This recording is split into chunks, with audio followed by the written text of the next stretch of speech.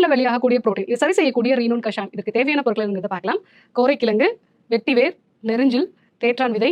இது கூட மூக்கிரட்டை வந்து நம்ம ஃப்ரெஷ்ஷாக கிடைக்கல, அதனால வந்து நம்ம பொடியாக வச்சிருக்கோம். ஸோ உங்களுக்கு ஃப்ரெஷ்ஷாக கிடைச்சது அப்படின்னா நீங்கள் அதை வந்து யூஸ் பண்ணிக்கலாம். கூடவே வந்து ஏலக்காய். இப்போ இந்த ஏலக்காய் தவிர மற்ற எல்லா பொருட்களையுமே வந்து நம்ம ஈக்குவல் குவான்டிட்டி எடுத்துக்கணும். அதில் 1/4 பங்கு 4ல் 1 பங்கு நம்ம வந்து ஏலக்காய் வந்து சேர்த்துக்கலாம். ஸோ இது எல்லாத்தையும் சேர்த்து வந்து நம்ம சூர்ணமாக்கி வச்சிருக்கோம். ஸோ இந்த சூர்ணத்தை பயன்படுத்தி இப்போ நம்ம வந்து கஷாயம் செய்யலாம்.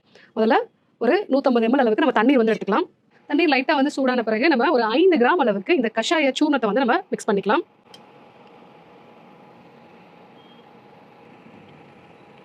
இந்த கஷாயம் வந்து ஒரு 10லேருந்து 15 நிமிஷம் நல்லா வந்து கொதிச்சு அது 4ல் 1 பாகமாக வந்து குறையணும். ஸோ அந்த அளவுக்கு நம்ம இதை வந்து நல்லா வந்து கொதிக்க வச்சுட்டு அதுக்கப்புறமா வந்து வடிகட்டிடலாம். ஸோ இப்போ இந்த கஷாயம் ரெடி ஆயிடுச்சு, நம்ம வடிகட்டிக்கலாம்.